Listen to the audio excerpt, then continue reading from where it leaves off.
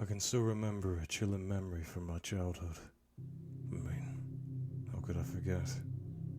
It's etched deep within the recesses of my mind, and it haunts me to this day, resurfacing in my nightmares and casting a dark shadow over my waking hours. It was a time in my life when my innocence should have prevailed, but the world around me offered no respite for its dark realities. I grew up in a small town in England. It was a tight-knit community where most residents knew each other well, or at the very least were acquainted. I remember there being a lot of street parties, not necessarily for specific events. It was just an excuse for people to gather together and enjoy each other's company. It was during one of these street parties when I met Henry. Henry was your typical kid, mischievous, adventurous, and just the bestest friend you could have asked for as a kid. We used to spend days together, messing around. I remember a handful of people in the town mistook us as brothers because we were inseparable. There used to be a huge oak tree round the back of Henry's home in a field where we climbed up and planned out our day. Everything around us could be turned into a game. It was easy. I remember being really upset when my mum told me I couldn't leave the house with Henry anymore. I didn't know why at the time, but I found out not long after why. I didn't understand the full details back then, but I did some research as an adult, and I can see exactly why my mum was so reluctant to let me play outside. During that summer, 3 children went missing. They were all around my age at the time, and to this day, there has been no explanation or any arrests made on their disappearances. During that time, I remember there being a lot less events taking place. The vibrant sense of togetherness the town had once had was replaced with suspicion and unease.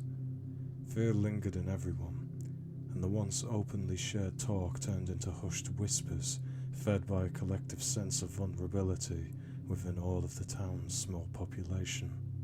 It was miserable. I felt isolated, and though I now understand the reasons, when I was a child, I made myself distant from my parents. I refused to talk to them because I didn't understand fully why they were separating me from the outside and from my best friend Henry.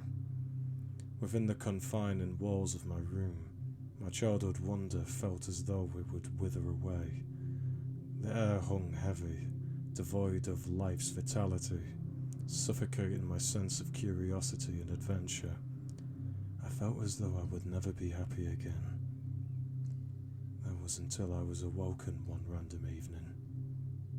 I can't remember exactly what I was doing in my room at the time, but I remember the clinks on my window caused by small pebbles thrown from below by Henry.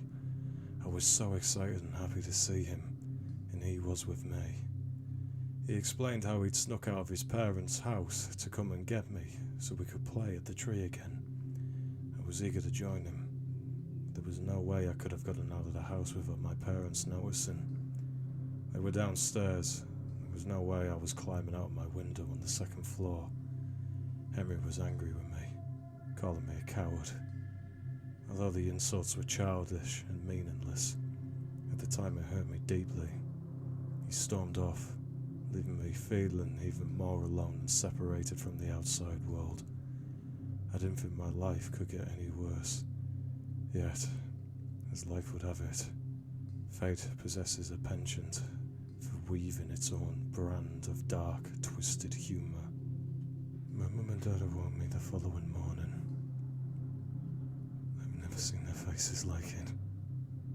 A raw and unfiltered distress that has stayed etched in my memory after all these years. Henry was gone. I read years later that the police had pieced together that Henry had left his home that evening to see me. I had recounted this encounter to the authorities as a child, but my account proved useless, because upon his return journey home, he vanished without a trace. The report I read was devoid of other witnesses, or even a small amount of evidence that could explain what happened to Henry. There was nothing. I didn't realise it then, but now I know I was likely the last person to ever lay eyes on Henry alive. I say alive loosely, due to this story becoming a little harder to explain from here on. It'd been around a month since Henry had gone missing. I was in a really bad way mentally. I was depressed, lonely, and felt as if I would never feel any other way again. As I lay in bed deep into the night, I began feeling uneasy.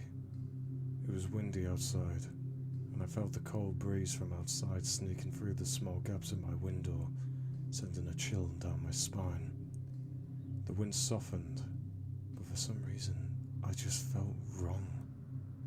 I can't explain it. There was just this overwhelming feeling of fear, dread, and unsettling sickness.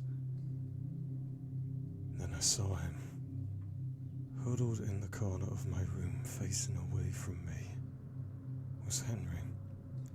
He was submerged in the darkness, only lit lightly by the moonlight escaping the gaps in my curtains. He was shivering and murmuring. I whispered his name to him and got no response. He remained still, fixated on the corner, his voice trembling with fear as he began muttering words that have stayed with me. I hear them relentlessly in my head everywhere I go. There is nothing, just pain. Death is only pain. I got out of my bed slowly and approached him. I got within arm's length of him. And that was when he looked at me. His once vibrant eyes were now blackened and empty, devoid of life. His face was a gruesome sight, battered and bruised, with blood streaming down from his face. His chest was in shreds, with seemingly knife wounds seeping, with a thick, dark blood that dripped unrelentingly onto the floor. I recoiled in horror, falling back.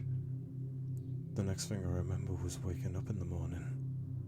I was on the floor, drenched in cold sweat. The room felt as though it was spinning, but apart from that I felt fine. When I got up, I faced the corner where Henry had been, and saw nothing. No sign of anything. To this day, I cannot explain what truly happened that night.